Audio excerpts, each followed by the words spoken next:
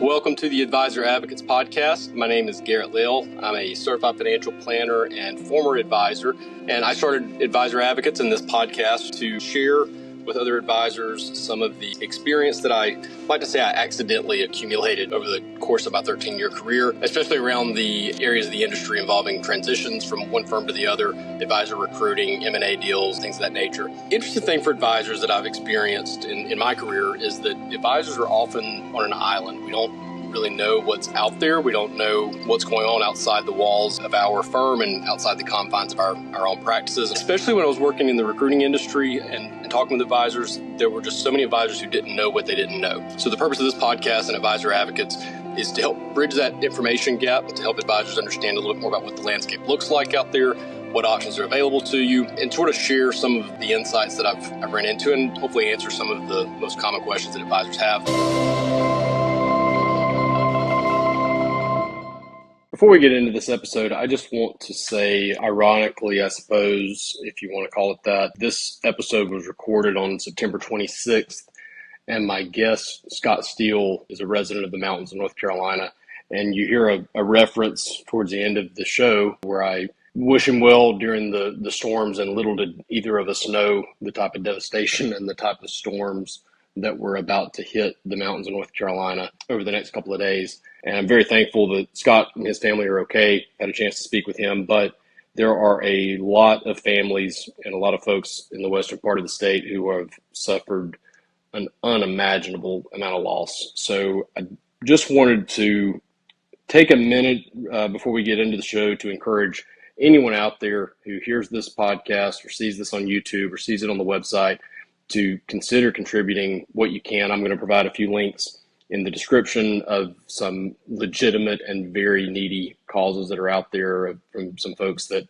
do need some help in the biggest way. So most of us and most people who are listening to this podcast or seeing this on YouTube, and myself included, can't really imagine going through what some of these folks are. But I grew up near the mountains of North Carolina, about an hour or so away from some of the areas that were impacted quite a bit. And this is just one of these that I've seen and heard firsthand stories of some really rough stuff that those folks are going through. So I just want to ask for you to give some serious consideration to contributing what you can, because I know there's a lot of folks out there with a lot of needs that could use a lot of help. So I do want to ask as sincerely as I possibly can to please consider contributing if you're able to do so in any way that you can. And with that being said, let's get to the show. I am really excited to have Scott Steele with me. I'm always excited anytime I've got anybody on here with me. I get so tired of just sitting here and recording these things, looking at an iPhone by myself in a room. So it's nice to have somebody else on the other side of the conversation. But really appreciate you being with me today, Scott. It's been a real privilege and a pleasure getting to know you over the last few weeks. I just love your approach to the industry and the way you handle things. So for the listeners and viewers, Scott Steele is the business development consultant dedicated to the RIA channel for Raymond James. I've had a really good time just getting to know you and learning your approach to the industry. I'm looking forward to this conversation today, Scott, so appreciate you joining me. No, I appreciate you inviting me on, and I look forward to our conversation. So, Scott, we've talked a lot over the last little bit about just the different varieties of independence. And I don't know, 10, 15 years ago, when an advisor talked about going independent, that meant one thing. I think now I talk to a lot of advisors who say they want to go independent, and it may mean a slightly different thing. Sometimes advisors say they want to go independent, and they really have no idea what they mean by it exactly. They may think that they mean one thing, and in reality, they may mean something a little bit different. So from your experience, man, what's the first step for an advisor who's, maybe they're in an employee channel right now and they know that they're unhappy for whatever reason. It may be because they're not getting paid as much as they'd like. It may be that they're dissatisfied with the offering, or a variety of reasons, and they decide, I'm going independent. Is that by itself, this is a loaded question, is that by itself enough to tell them which direction they're going, or what other questions are they going to start asking students? Don't we wish? And it's really one of the things we need to identify early on. I start every conversation with pretty much the same question. Rather than me spend the next 10 to 15 minutes giving you a commercial about my firm, Tell me what's going on in your world that's causing you to have a conversation with somebody like me. And what I'm looking for there, you had mentioned pain point. Oftentimes it's not a pain point. Maybe it's a frustration. Are they looking for more freedom and flexibility? Are they entrepreneurial? They want to own something. Are they realizing, hey, I'd like to build enterprise value and maybe monetize it at a higher value in the future? Because if they say, I'm going independent, independence is a broad spectrum. It could be 1099 independent, it could be pure business owner RIA independence, and there's a whole slew of variations between those 2 points. So I try to start off with a very open-ended question, getting them to identify the catalyst. And I would say 95% of the time, that is the start of the conversation, and then we take it from there. And I love the way you said it. I kind of take a similar approach, I think, and I've kind of coined this term as mine. My way of saying it, I guess, is the blank canvas approach. So rather than going in with a list of questions and saying, okay, me asking, how do you feel about this? What are you looking for with that? I really do find it more productive if I just tell the advisor, hey, you called me for a reason. How can I help? Tell me what prompted you to call me, or tell me, you let them tell the story, because I think the recruiting industry and what I experienced from working with other recruiters is that recruiters are trying to fit advisors into the right box, right? So this, I'm talking to this advisor. How quickly can we figure out, do they fit in box A, box B, box C? And I think a lot of times advisors, similar to clients in a way, for advisors that work with clients, I mean, yes, there may be some commonalities. There may be some similar features that, overlay one client to the next. But each individual, each advisor, each practice has something that makes them particularly unique. And it's better to hear it maybe in their words a lot of times. There's always going to be something or a series of features really that are going to be unique to each situation. What are some of the most common answers you get to that question, though? I guess when you ask someone, "Why are you calling? What are you? What are you? What's missing now? What is it that prompted you to have this conversation?" What are the things that you hear most often from advisors? I would say, aside from material changes like something has happened at the firm, I'm experiencing reputational risk with the firm that I'm currently working with. Outside of that, it really comes down to freedom and flexibility. And they describe freedom and flexibility in any of a number of different ways. It may be, and I hear this a lot, I am tired of being managed to the lowest common denominator. And oftentimes they're feeling that from a compliance perspective. And it's not as though they're running away from compliance or they're rogue advisors. Furthest thing from that.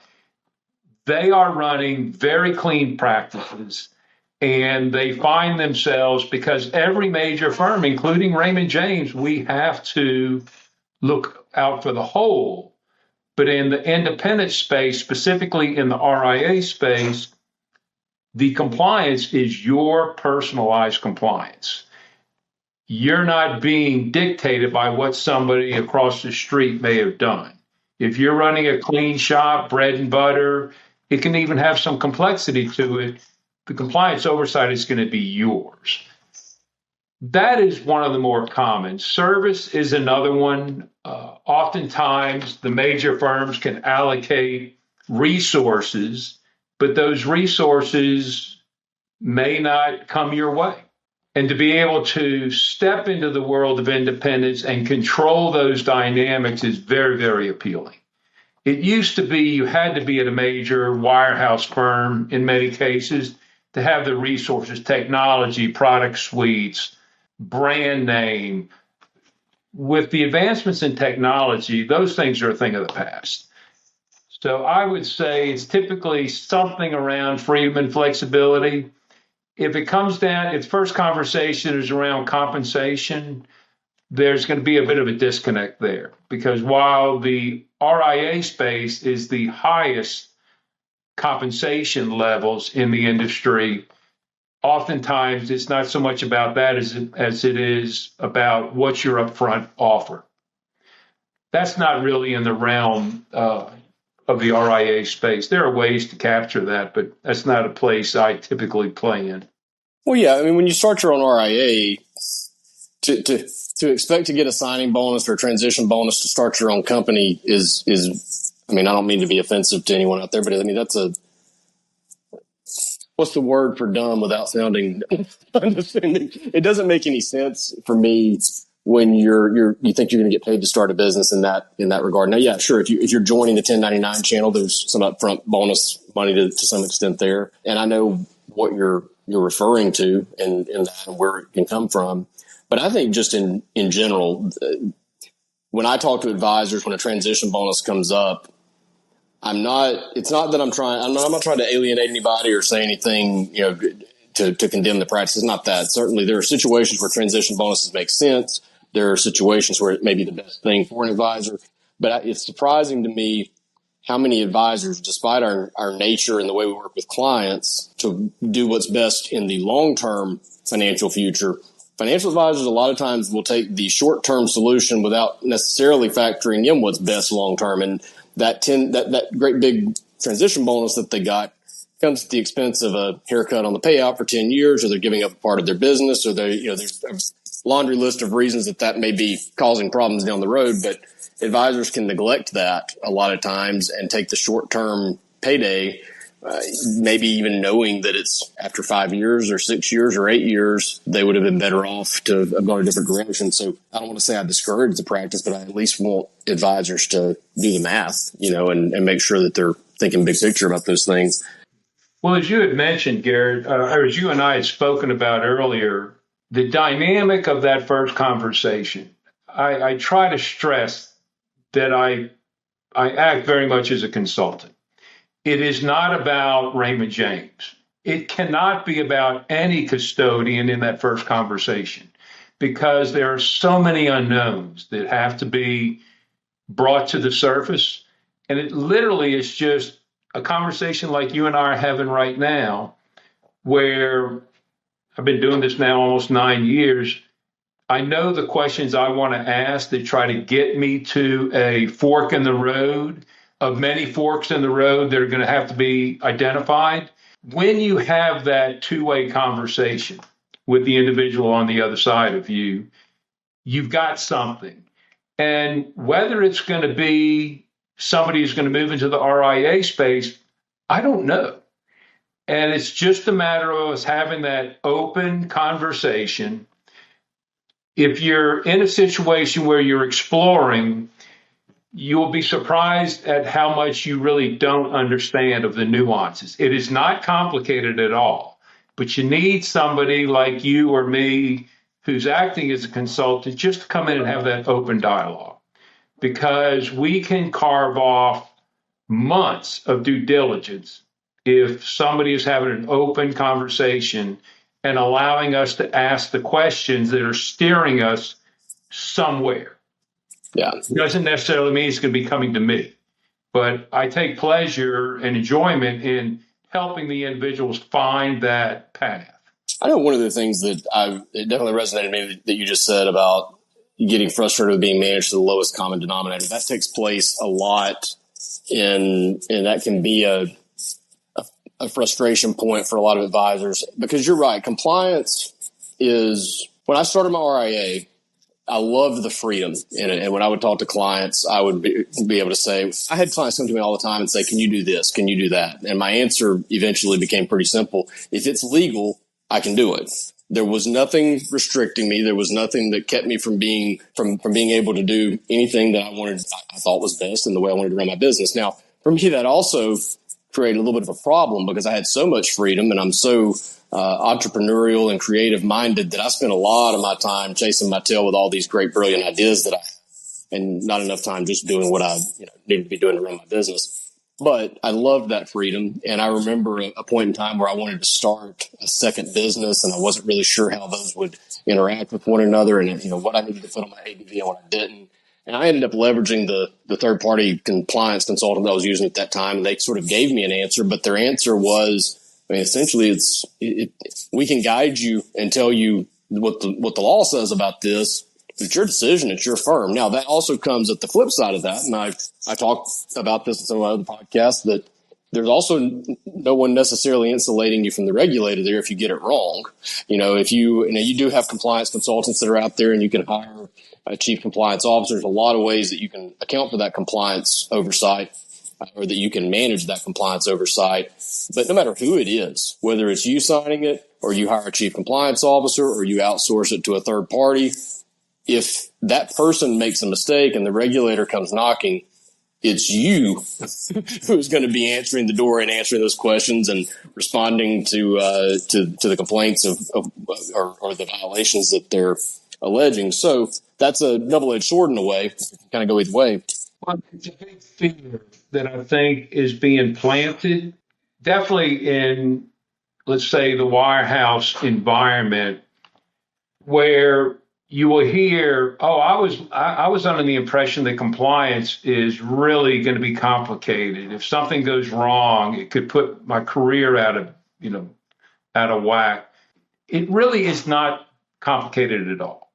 For example, if you're in the 1099 independent business contractor division or space, you're under FINRA, because the broker dealer is under FINRA. So the broker dealer owns your compliance.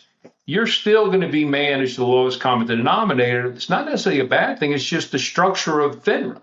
Every firm on the street is governed by those rules. When you step into the RIA space, you have advisors that may have the staff that is very competent, and they say, "I'm going to do it in-house because I've got somebody who can do this."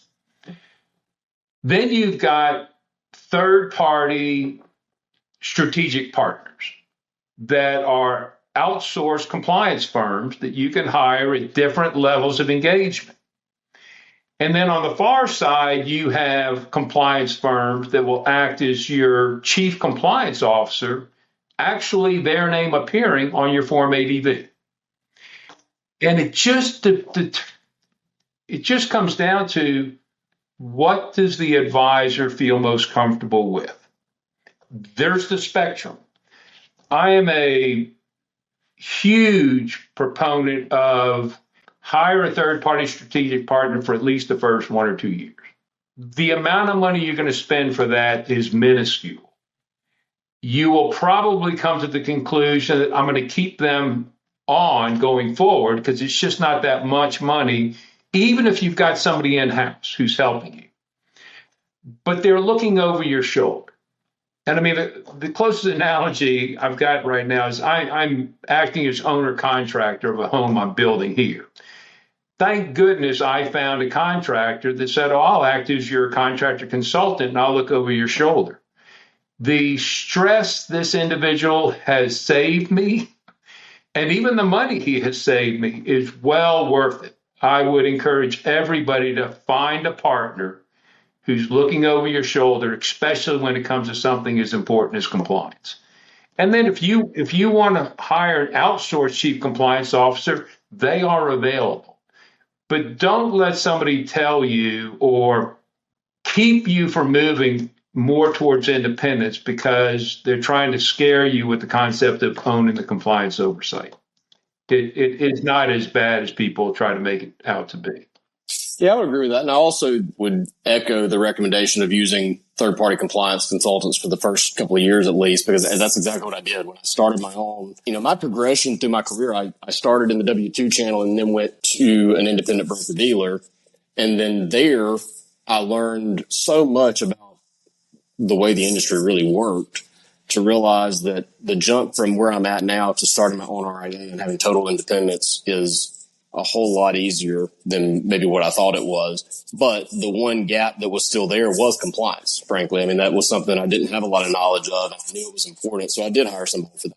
And it took me a few years before I finally, toward the very end, just a year or two before I sold my firm, I finally got to the point where I realized that if you divided out the time it would take me to do the things that they were helping me with by the cost of what I was spending with them, it was probably not worth it. And that was really just the last couple of years, because by that point I had really kind of figured out my compliance, and it also figured out my business model, and I wasn't chasing my tail quite as much as I was maybe in the first couple of years. I needed them on call for those first couple of years because I was constantly coming up with these new ideas and saying, can I do this? And how does this work? And I didn't know what I didn't know yet, and I was leaning on them. But there is that independence that you get. And also, if you are running a normal practice, okay, and when I say normal, I'm talking about a kind of practice that's probably going to encompass 90% of firms out there. I was way on the edge. I mean, I was doing a lot of options trading, and I was doing a lot of different outside business activities and marketing activities, and there were always all these ideas. I'm very, like I said, entrepreneurial and coming up with all these different things. But if you're running a practice where you sit down with wealthy individuals, do financial planning, manage their portfolios in stocks, bonds, mutual funds, managed accounts, third-party money managers, whatever, running your practice the way 90% of other advisors are at a high level, then your compliance is not going to be that complicated. It's not going to be that expensive, and you're not going to be walking a tightrope in any area of your business anyway. So you're not taking any big chances in that area. I spent 30 years at the major wirehouses, and admittedly, you don't have any gunslingers typically coming out of a major wirehouse. The compliance is, they're under the microscope. They've cleaned that up. Sure, there's always going to be a bad apple, but 99% of the advisors that I engage with, they're running clean businesses. Maybe some are more complex than others. Maybe there's teams. Maybe they're running a family office, or they want to run a family office type of model. It just isn't that complicated when it comes to the compliance because they're running clean businesses now. Yeah. If I try to lay out the options for being independent, I think that I would have it kind of covered under three different umbrellas, and you can correct me if you think this is different, but I think that there is sort of what I call the independent tuck-in model. And I have learned, I need to figure out another way of saying it. When I say tuck-in, that often gets confused with turnkey, which would be my second level. But when I think of a tuck-in model, that is teaming up with a firm that has a brand established. You're going to operate under their flag, but you're going to own your book of business. Economics on that usually fall in the 70 to 80% payout range once you net everything out. And that's a nice middle ground a lot of times between advisors from the wirehouses. They can almost double their income from moving where they're at in the wires to without having to do anything for themselves. They don't have to do their brand, their website, any of that stuff. Everything's provided. Then you've got the turnkey RIA, which is going to be, you're going to operate under your own brand, have your own flag. You're going to be responsible for, the website and the marketing and all of these types of things. You're going to get a higher payout, but you're basically outsourcing the compliance in a turnkey. There are some other things that a lot of the turnkeys are starting to bring to the table now as well. But at the end of the day, with the turnkeys, you're getting to kind of act and operate like an RIA, but without having to do your own compliance. But they own your ADV, so there is going to be somebody besides you who tells you if this is going to be okay or not, or if you can use this particular strategy, or if you can use this, perform this particular OVA. They're usually going to be pretty reasonable, I think, on those, but it really depends on the firm.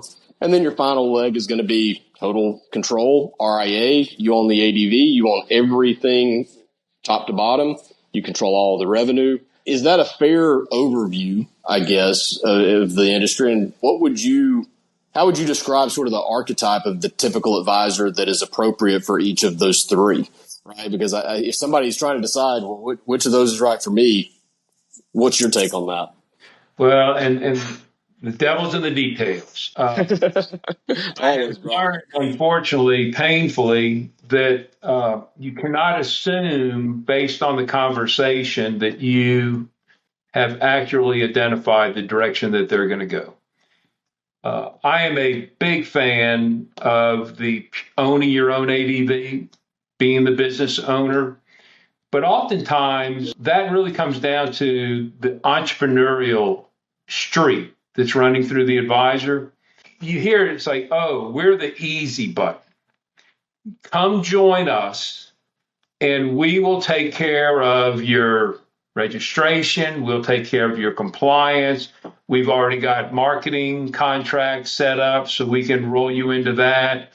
Yes, you're going to get a slightly lower payout because we're doing all of these things, but they're very popular to plug in because it comes across as the easy button.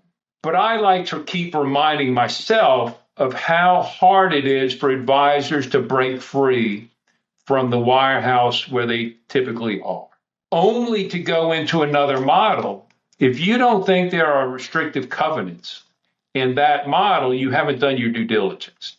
And it's not that it's bad.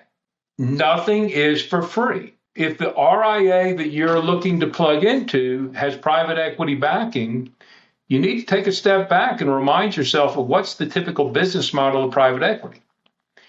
Does it align with your goals of your practice and, more importantly, your client's goals? They are all very successful, vibrant business models. I just find personally, I get more satisfaction with dealing with the advisors that want to own their own ADV.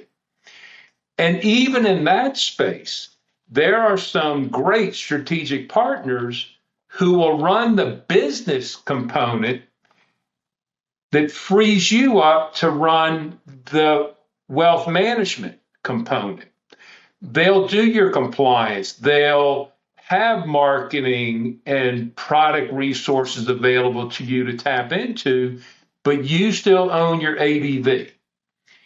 That, I think, if you're looking for an easy button and still want to own your ADV, a lot of advisors aren't even aware that that's available. But that's where you and I come in to play.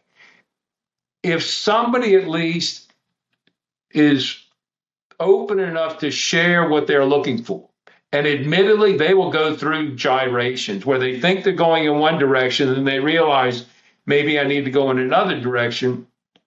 But I just found it, I typically post on LinkedIn once a week, and it tends to have a similar theme.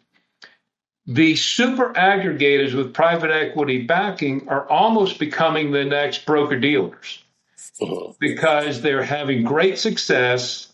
The story of it's the easy button is resonating, and in some ways it is, but it depends in my mind, what's your time frame? There is a finite number of years before there's probably going to be a liquidity event or some monetization of that entity. We've seen some in the industry already. None of that necessarily bad. But if I'm going to go through the effort of breaking free, I would like to own my ADV because then I control everything.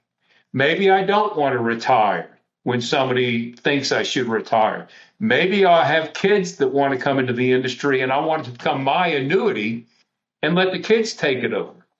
The sky's the limit. The options are out there, but you just need to sit down with somebody, in my opinion, and have an honest, open dialogue and see where it goes. Yeah. Well, and it's interesting when I talk to advisors about whether they're looking to switch firms, or I guess this conversation would mostly be when somebody's switching firms. But when I talk to an advisor who is going to be joining, especially one of the aggregators or the turnkey RIAs, I think both of those, which are somewhat similar in some ways, but they're not in other ways. But that's one of the big questions that I'm going to get a lot is what's their liquidity plan, or is there a liquidity event? Who owns them? Are they employee owned? Are they founder owned? Or is it owned by private equity? And here's the thing: even if you join one of those and you're getting a 95% payout, and you own 100% of your book of business, and nobody's telling you what to do other than just being your compliance back office. But when that liquidity event occurs, 3 years, 5 years, 12 years, 2 months down the road, whatever that may be, it's going to affect you. Now, you may be independent and you can make the decision to go with the flow of that deal, or you can take your business elsewhere. But I did experience this firsthand, and this would be one of the more interesting times that I don't use the names, because I don't typically use the names of companies on the podcast unless it's a guest here like you are, because I don't want anybody getting mad at me for saying something I shouldn't have said. But let's just say that one really, really big custodian bought another really, really big custodian that I used a few years ago. And even though I owned my book outright, 100%, I was still affected by that decision. I was still affected by that acquisition and by the merging of those two companies together. And in my particular experience with it, I didn't enjoy that transition as it took place. And so you're still going to be affected, right? I mean, to some extent, you could extend that all the way out to even if you have a mutual fund that you have loved for years and they change portfolio managers, it's going to have an impact in your business, right? But those types of situations are going to be really big, time consuming things for you to have to work through of either having to find. Because oftentimes any material change of ownership may very well change the name of the RIA entity, as an example. So do you have to now have a new client service agreement sent to every client in your book, which just creates another round of questions and having to position it? I'm finding a lot is also coming down to the stage of the advisor in their career. If they are looking at, hey, I'm going to retire in 5 years, probably, maybe I stretch it to 6. Oftentimes they're looking to maximize their value. And perhaps the super aggregators with private equity is the route for them to go, because in 5 years, they're going to take a check and walk away.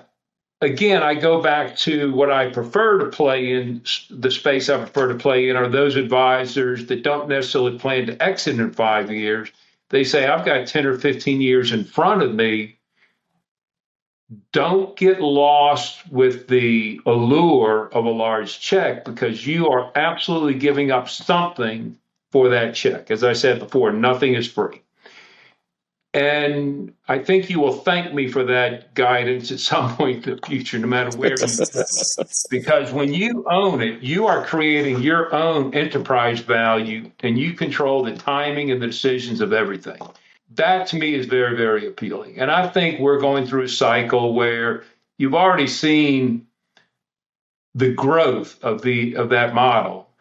We're also starting to notice some of the cracks, where a number of the CEOs in the original RIA that then took some private equity backing have departed.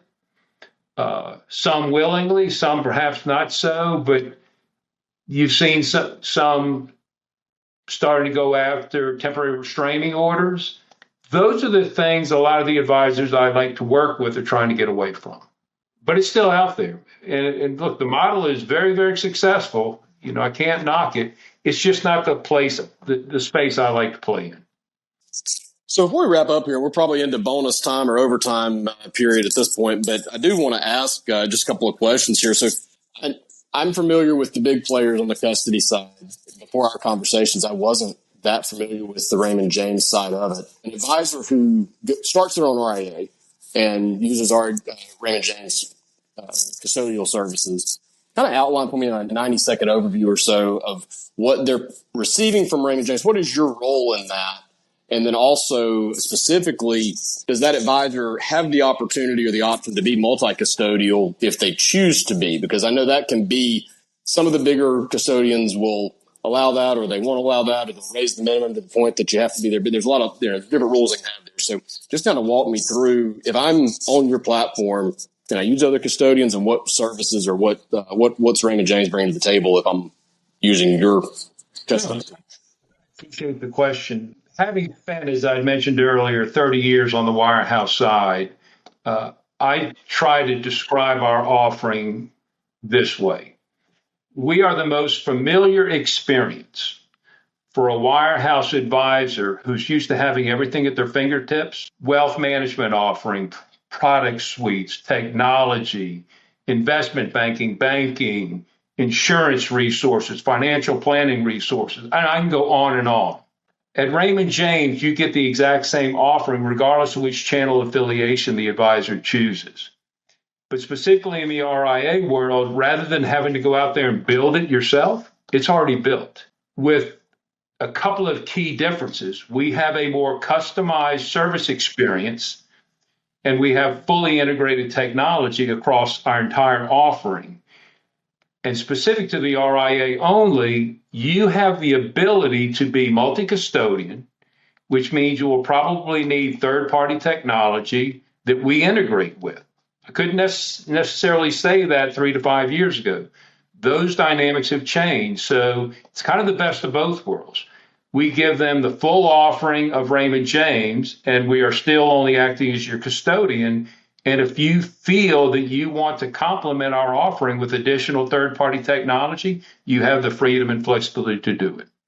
Awesome, Scott. Well, man, I really appreciate this, and hopefully this is the first of several guest appearances from Scott Steele. I enjoy the conversation, and I always say to advisors, anyone watching the podcast, I appreciate you listening, appreciate you watching if you're on YouTube, and if I can help in any way, if you have any questions, I think the knack seems to be creating podcasts that create more questions than they answer. So if I've created any questions for you in this show, or if Scott's created any questions that I might can help you with or answer, feel free to give me a call. My number's always in the description, 919-561-2436. You can send me an email to Garrett at theadvisoradvocates.com, or you can go to the advisoradvocates.com website, and I believe /connect. Go to the connect tab and you can find my calendar link. Schedule time to chat with me. Shoot me a text any way that you'd like to reach out. Would love to help if I can. And if there is a need to introduce you to someone like Scott to help dig a little bit deeper and answer any other questions, would be more than happy to do that. Scott, appreciate you being here, and thanks for the conversation. We'll talk again soon, and I hope you have a great rest of your weekend, man. Yeah, and just a bullet. If you're an advisor considering a move to independence, give somebody like Garrett a call. It will be well worth your time because he has resources and expertise that he can help you navigate which path you need to go down. So, Garrett, thanks for having me. Thank you, man. Appreciate the plug at the end there. That was unscripted and unexpected. I always appreciate it. You stay dry. Are you up in the mountains? I hear we're going to be getting a lot of rain up there in the mountains of North Carolina. I can see me looking out. It's been raining since about 4 o'clock yesterday afternoon. We've already got a tree down because the ground's saturated. So, well, you stay high and dry, and we'll talk soon, man. I appreciate it. Thank you. Thanks.